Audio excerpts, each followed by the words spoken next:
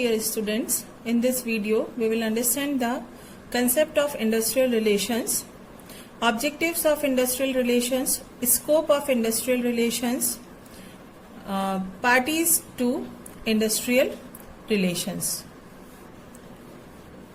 First of all, what is industrial relations? Modern industrialisation के कारण कई प्रॉब्लम्स क्रिएट हुई हैं और उनमें से एक जो प्रॉब्लम है that is problem of industrial relations. अगर हम ये चाहते हैं कि इंडस्ट्रियल डेवलपमेंट के ऑब्जेक्टिव्स और सोशल जस्टिस इन दोनों को हम एक साथ अचीव करें, साइमल्टेनियसली अचीव करें, तो उसके लिए लेबर और मैनेजमेंट के बीच का जो रिलेशनशिप है वो हार्मोनियल होना चाहिए. और लेबर और मैनेजमेंट का बीच का जो रिलेशनशिप है उसी को हम इंडस्ट्रियल रिलेशंस के नाम से जानते हैं. It means industrial relation is the relations between employees and employers.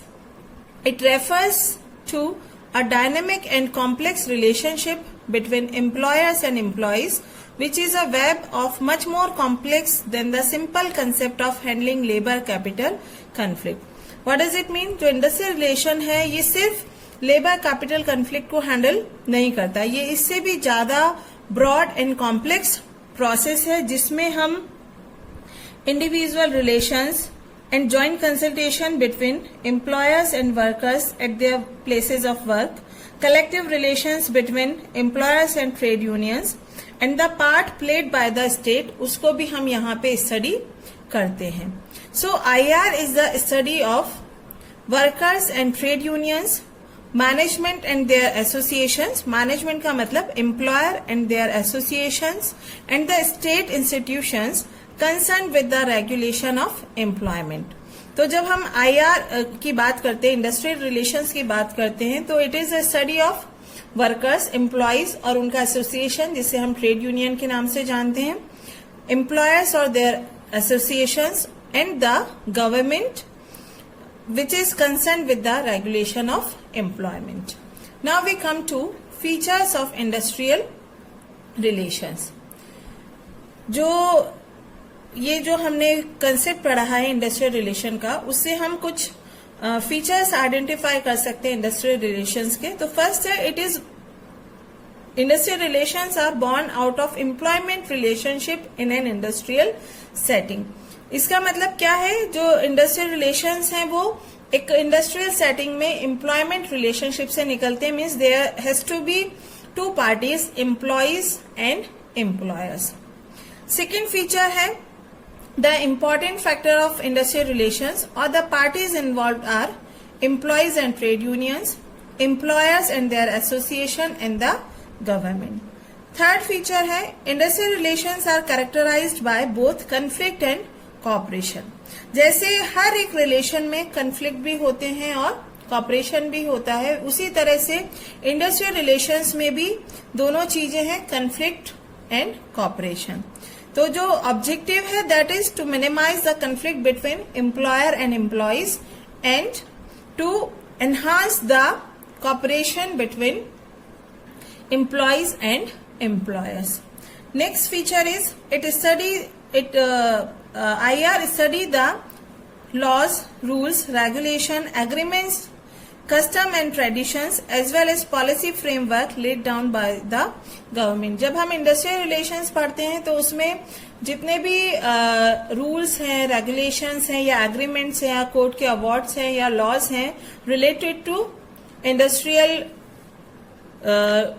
Relations, उनको स्टडी करते हैं. उसके साथ साथ हम जो गवर्नमेंट ने टाइम टू टाइम पॉलिसी बनाई है इंडस्ट्रियल रिलेशंस को लेके, उसको भी हम इसमें स्टडी करते हैं. Industrial relations develop the skills and methods of cooperation with each other. जो इंडस्ट्रियल रिलेशंस है इसके थ्रू हम एम्प्लॉयर्स एंड एम्प्लॉयज के बीच में कॉपरेशन को बढ़ाने के लिए स्किल्स एंड मेथड्स को डेवलप करने की कोशिश करते हैं. Now we come to scope of industrial relations. जो इंडस्ट्रियल रिलेशंस हैं वो किसी भी इंडस्ट्री में या किसी भी ऑर्गेनाइजेशन में इंडस्ट्रियल पीस को मेंटेन करने के लिए एक हेल्दी एटमॉस्फेयर को बनाए रखने के लिए जरूरी है। तो जो स्कोप ऑफ इंडस्ट्रियल रिलेशन है उसको हम 3 कैटेगरीज में स्टडी कर सकते हैं। फर्स्ट कैटेगरी है development of healthy labour management relations. किसी भी इंडस्ट्री में अगर healthy labour management relations develop हम करना चाहते हैं तो उसके लिए सबसे पहली जरूरत है कि उस इंडस्ट्री में या ऑर्गेनाइजेशन में there should be existence of strong, well established और organised democratic and responsible trade unions. जो ट्रेड यूनियंस हैं वो स्ट्रांग होनी चाहिए, वेल ऑर्गेनाइज होनी चाहिए, डेमोक्रेटिक होनी चाहिए, रिस्पॉन्सिबल होनी चाहिए, ताकि एम्प्लॉयज की जॉब सिक्योरिटी रहे, उनका जो पार्टिसिपेशन है मैनेजमेंट में वो बढ़े, negotiations, consultations and discussions between employers and employees frequent basis पे होते रहे और इससे जो लेबर मैनेजमेंट के बीच का जो रिलेशन है वो अच्छा होगा। To develop healthy labour management relationship there should be the spirit of collective bargaining. Collective bargaining का मतलब यह है 2 पार्टीज हैं, एम्प्लॉयर एंड एम्प्लॉय, उनके बीच में किसी भी एग्रीमेंट को लेके या डिस्कशन को लेके दोनों का वहां पे पार्टिसिपेशन हो, दोनों के इंटरेस्ट को वहां पे ध्यान रखा जाए, दोनों आपस में एक साथ बैठ के उन चीजों को, टर्म्स एंड कंडीशंस को डिसाइड करें। Then there should be welfare work measures. Healthy industrial relations को डेवलप करने के लिए जरूरी है कि जो एम्प्लॉयर है वो मैक्सिमम पॉसिबल वेलफेयर मेजर्स अपने वर्कर्स को प्रोवाइड करें। Then they should empower the employees. जो एम्प्लॉयर्स हैं वो अपने एम्प्लॉयज को एम्पावर करें through various interventions like suggestion schemes हो गया, कम्युनिकेशन सिस्टम हो गया, प्रॉपर ट्रेनिंग हो गया, etcetera. And next is maintenance of discipline. अगर हम एक मेंटेन कर पाए डिसिप्लिन को ऑर्गेनाइजेशन में प्रॉपरली तो जो लेबर मैनेजमेंट रिलेशंस होंगे वो हेल्दी होंगे। सेकेंड जो पॉइंट है स्कोप ऑफ इंडस्ट्रियल रिलेशंस में, that is maintenance of industrial peace. Industrial peace का मतलब होता है कि किसी भी ऑर्गेनाइजेशन में इंडस्ट्रियल कन्फ्लिक्ट्स ना हो, इंडस्ट्रियल डिस्प्यूट्स ना हो। और अगर हम प्रोडक्टिविटी बढ़ाना चाहते हैं, लेबर मैनेजमेंट रिलेशंस को हेल्दी रखना चाहते हैं, हार्मोनियल रखना चाहते हैं, तो उसके लिए इंडस्ट्रियल पीस होना जरूरी है। इंडस्ट्रियल पीस हम कई तरीकों से अचीव कर सकते हैं। For example, machinery for the prevention and settlement of industrial disputes. अगर किसी भी तरह के इंडस्ट्रियल डिस्प्यूट्स होते हैं तो there should be a proper machinery for the prevention and settlement of those disputes. Next, अगर ये जो settlements, ये जो industrial disputes हैं वो employer और employees आपस में मिलके इन्हें settle नहीं कर पाते हैं, इन्हें prevent नहीं कर पाते हैं, तो जो government है that should have the power to refer disputes to adjudication. Next, there should be provision of the bipartite and tripartite forums for the settlement of disputes. Industrial disputes के लिए फॉरम्स को सेट करने के, forums form करने के provisions होने चाहिए। Then creation and maintenance of cells and evaluation committees which have power to look into implementation of agreements, settlements and awards. जो किसी भी ऑर्गेनाइजेशन में या इंडस्ट्री में there should be a provision for the creation and maintenance of some sales or evaluation committees, जो ये देखेंगे कि जो agreements आए हैं या settlements आए हैं या awards आए हैं related to settlement of industrial disputes या related to industrial relations, उनको properly implement organization में किया जाए। The next point in scope of industrial relations is development of industrial democracy. Industrial democracy का मतलब यह है कि जो लेबर है that should have the right to be associated with the management of an industry, और उस to achieve the objective of industrial democracy there should be establishment of the shop councils and joint management councils at the floor and plant level. ये जो shop councils और joint management councils होती हैं, ये employees की working and living conditions को improve करती हैं, उनकी प्रोडक्टिविटी, वर्कर्स की प्रोडक्टिविटी को इम्प्रूव करती हैं, उनसे सजेशंस को एनकरेज करती हैं, जितने भी लॉ और एग्रीमेंट्स हैं उनके इम्प्लीमेंटेशन में असिस्ट करती है। मैनेजमेंट और एम्प्लॉयज के बीच में एक चेन ऑफ कम्युनिकेशन की तरह काम करती है और जो एम्प्लॉयज है उनमें सेंस ऑफ कमिटमेंट या सेंस ऑफ बिलोंगिंगनेस को भी डेवलप करती है। Second is recognition of human rights in the industry. इसका मतलब यह है कि जो वर्कर है या जो एम्प्लॉय है उसको हमें एक कमोडिटी की तरह ट्रीट नहीं करना है कि जिसे हमने जब चाहा तब खरीद लिया और वो बेच दिया। जो एम्प्लॉय है और वर्कर है उसे एक इम्पॉर्टेंट रिसोर्स की तरह ट्रीट करना है और उसका जो सेल्फ रिस्पेक्ट है, उसकी जो सेल्फ डिग्निटी है, उसको ऑर्गेनाइजेशन में बनाए रखना है। Third factor which is helpful in development of industrial democracy is profit sharing schemes। जो इंडस्ट्रीज है वो अपना जो प्रॉफिट है उसको एंटरप्राइजेज अपना जो प्रॉफिट है उसको वर्कर्स के साथ शेयर करें। एक प्रॉफिट का एक जो पार्ट है वो वर्कर्स में भी डिस्ट्रीब्यूट किया जाए, क्योंकि हम जो प्रॉफिट हमारी ऑर्गेनाइजेशन अर्न कर रही है उसमें हमारे वर्कर्स का, हमारे एम्प्लॉयज का कंट्रीब्यूशन होता है। तो उस प्रॉफिट में से हम उन्हें एक हिस्सा देंगे, उससे उनके अंदर फीलिंग ऑफ रिस्पॉन्सिबिलिटी भी बढ़ेगी, बिलोंगिंगनेस भी बढ़ेगी और कमिटमेंट भी ऑर्गेनाइजेशन के लिए बढ़ेगा। And next point two develop industrial democracy is management should have the human approach in dealing with the workers. This approach holds the dealing of human resources and different from handling material, physical and financial resources। जो human resource है उसके को हमने बाकी resources की तरह treat नहीं करना है, एक अलग ढंग से ट्रीट करना है और इससे एक ह्यूमन एस्पेक्ट पे यहाँ पे एम्फेसिस किया जाता है। नेक्स्ट जो टॉपिक है that is objectives of industrial relations.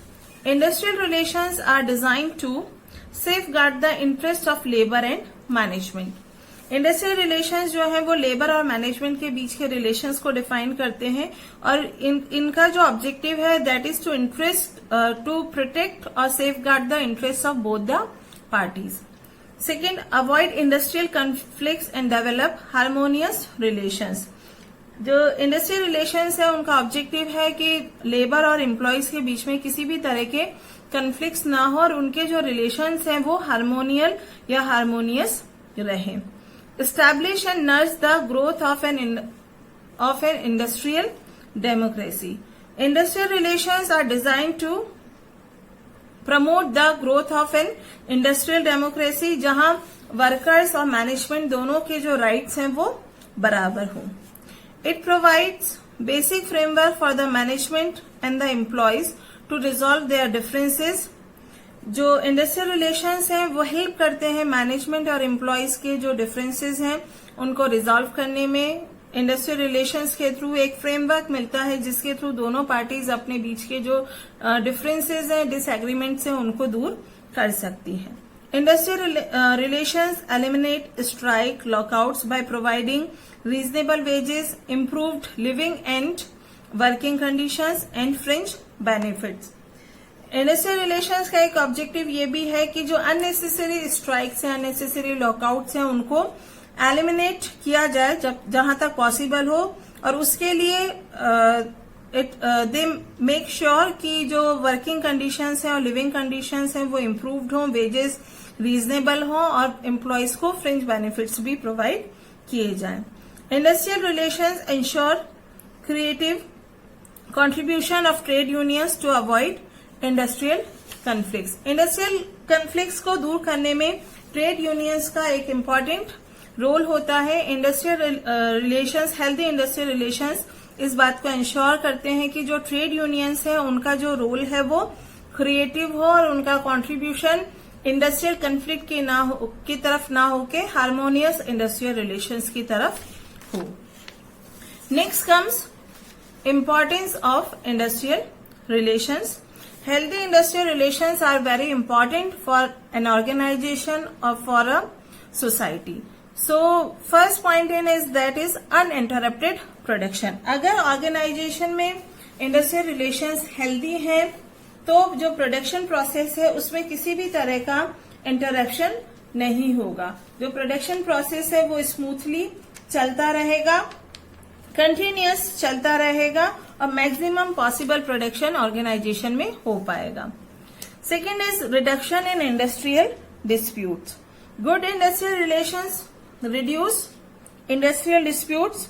Disputes का मतलब है जब एम्प्लॉयर या एम्प्लॉय के बीच में किसी भी तरह का डिसएग्रीमेंट होता है या कन्फ्लिक्ट होता है तो उसका अगर टाइमली उसको रिजॉल्व नहीं किया जाता तो वो डिस्प्यूट में कन्वर्ट हो जाता है. अगर इंडस्ट्री में ऑर्गेनाइजेशन में इंडस्ट्रियल रिलेशंस हेल्दी है, फ्रेंडली है तो इंडस्ट्रियल डिस्प्यूट्स भी कम होंगे. Third one is high moral.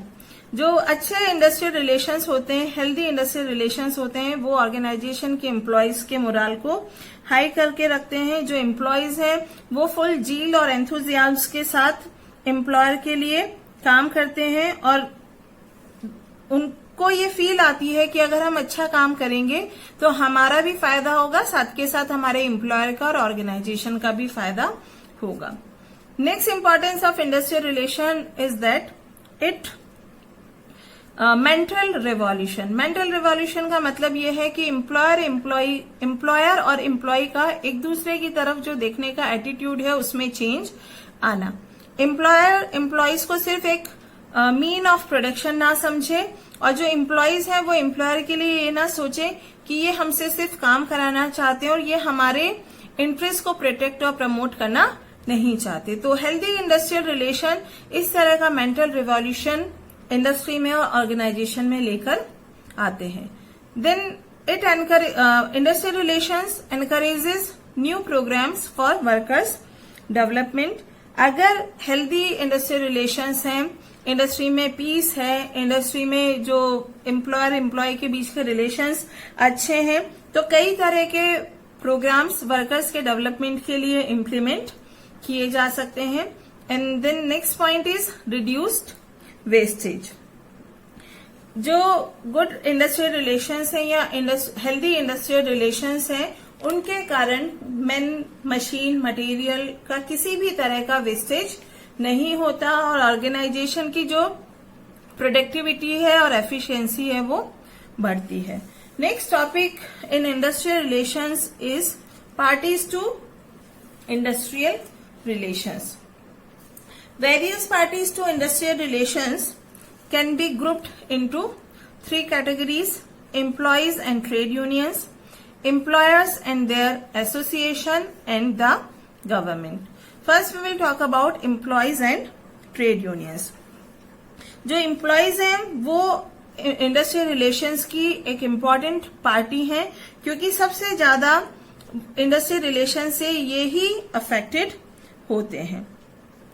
एक अगर जो एम्प्लॉयज की वेरियस कैरेक्टरिस्टिक्स जैसे उनका ऑर्गेनाइजेशन के लिए कमिटमेंट, उनका लेवल ऑफ एजुकेशन क्या है, उनका सोशल बैकग्राउंड क्या है, उनका ऑर्गेनाइजेशन के लिए और मैनेजमेंट के लिए क्या एटीट्यूड है, ये कई चीजों को डिटरमाइन कर सकता है. जैसे कितना वो अपने वर्किंग कंडीशंस को इम्प्रूव करने के लिए बात करेंगे, अपने ग्रीवियंसेस को कितने अच्छे से वो मैनेजमेंट के सामने रखेंगे, किस हद तक वो अपने आइडियाज और व्यूज को मैनेजमेंट के साथ शेयर करेंगे और कितना वो डिसीजन मेकिंग में अपना शेयर मैनेजमेंट से चाहेंगे. नेक्स्ट आता है trade unions. Trade unions are voluntary association of employees जो एम्प्लॉयज के इंटरेस्ट को प्रोटेक्ट और प्रमोट करती हैं. जो ट्रेड यूनियंस हैं they are also important part of industrial relations क्योंकि एम्प्लॉयज कलेक्टिवली ट्रेड यूनियंस के थ्रू अपनी जो बात है, अपने जो व्यूज हैं, अपने जो आइडियाज हैं वो मैनेजमेंट के सामने रखते हैं। जो ट्रेड यूनियंस हैं वो मैनेजमेंट और एम्प्लॉयज के बीच में एक कम्युनिकेशन लिंक की तरह काम करते हैं। वो मैनेजमेंट के व्यूज को एम्प्लॉयज तक पहुंचाते हैं और एम्प्लॉयज के व्यूज को ट्रेड मैनेजमेंट तक पहुंचाते हैं। जो ट्रेड यूनियंस हैं वो हेल्दी इंडस्ट्रियल रिलेशंस को एस्टैब्लिश करने के लिए एक इम्पॉर्टेंट रोल प्ले करती हैं, कर सकती हैं, और ये इंडस्ट्रियल डिस्प्यूट को रोकने में भी एक इम्पॉर्टेंट रोल प्ले करती हैं। Second party to industrial relations is employers and their associations. जो एम्प्लॉयर्स हैं वो सेकेंड पार्टी है इंडस्ट्रियल रिलेशंस के लिए। एम्प्लॉयर्स है मतलब जो मैनेजमेंट है या ऑर्गेनाइजेशन है। ये जो इनका जो रोल है वो इंडस्ट्रियल रिलेशन सिस्टम के लिए वो बहुत इम्पॉर्टेंट होता है, क्योंकि ये जो मैनेजमेंट है उस पर ही डिपेंड करेगा कि जो एम्प्लॉयज हैं या जो यूनियंस हैं उनका ऑर्गेनाइजेशन के लिए या मैनेजमेंट की तरफ कैसा एटीट्यूड होगा। जो मैनेजमेंट है वो आईआर के लिए उनका रोल इसलिए भी इम्पोर्टेंट है क्योंकि एम्प्लॉयर जो है उस पे ही उसके ऊपर डिपेंड करता है कि किस हद तक उन्होंने जो एम्प्लॉयज हैं उनके व्यूज का, उनके ओपिनियंस का, उनके आइडियाज का वो वेलकम करते हैं, उनकी जो ग्रीवियंसेस हैं उन्हें प्रॉपरली रिड्रेस करते हैं। जो डिसीजन मेकिंग है उसमें वो अपने एम्प्लॉयज का कितना पार्टिसिपेशन लेते हैं। उसके अलावा होती हैं एम्प्लॉयर्स एसोसिएशंस। जैसे एम्प्लॉयज की एसोसिएशन को हम ट्रेड यूनियंस कहते हैं, उसी तरह जो एम्प्लॉयर्स हैं उनके एसोसिएशन को हम एम्प्लॉयर्स एसोसिएशंस के नाम से जानते हैं। जो एम्प्लॉयर्स हैं दे में also join associations at local और नेशनल लेवल। जैसे हमने फिक्की का नाम सुना है, federation of Indian chambers of commerce and industry, CII हो गया, कन्फेडरेशन ऑफ इंडियन इंडस्ट्रीज। इस तरह के कई एम्प्लॉयर एसोसिएशंस भी होते हैं जो एम्प्लॉयर्स हैं उनके इंटरेस्ट को प्रोटेक्ट और प्रमोट करते हैं। ये जो ऑर्गेनाइजेशंस होती हैं, जो एसोसिएशंस होती हैं, ये एम्प्लॉयर्स को नेशनल और इंडस्ट्रियल लेवल पे कलेक्टिव बार्गेनिंग प्रोसेस में रिप्रेजेंट करती हैं। ये डिस्प्यूट्स के अवॉइडेंस के लिए जो मशीनरी है उसको डेवलप करती हैं। जो इंडस्ट्रियल रिलेशन से रिलेटेड जो इश्यूज होते हैं उसके लिए वो जो मेंबर ऑर्गेनाइजेशंस होते हैं उनको एडवाइस भी करती हैं। देन थर्ड पार्टी जो इंडस्ट्रियल रिलेशंस में है दैट इज द गवर्नमेंट। जो गवर्नमेंट है उसका इंडस्ट्रियल रिलेशंस में बहुत एक इम्पॉर्टेंट रोल होता है, क्योंकि जो इंडस्ट्रियल रिलेशंस मैटर है नॉर्मली एम्प्लॉयर और एम्प्लॉय के बीच में ही रिजॉल्व कर लिए जाते हैं, पर अगर उनका डिस्प्यूट इन दोनों के बीच इतना बढ़ जाता है कि वो लोग उसको रिजॉल्व नहीं कर पाते, तो जो मैटर है वो गवर्नमेंट को रेफर कर दिया जाता है। गवर्नमेंट इंटरवेन करके देन उस डिस्प्यूट के सेटलमेंट और प्रिवेंशन के लिए काम करती है। उसके अलावा टाइम टू टाइम गवर्नमेंट ने कई एक्ट्स और लॉज पास किए हैं, बनाए हैं, जो एम्प्लॉयर रिलेशन को गवर्न करते हैं और उनके लिए एक स्टैंडर्ड गवर्नमेंट ने सेट किया है। इस तरह से जो गवर्नमेंट है वो इंडस्ट्रियल रिलेशंस में एक इम्पॉर्टेंट पार्टी है। So this is all about industrial relations. Thank you.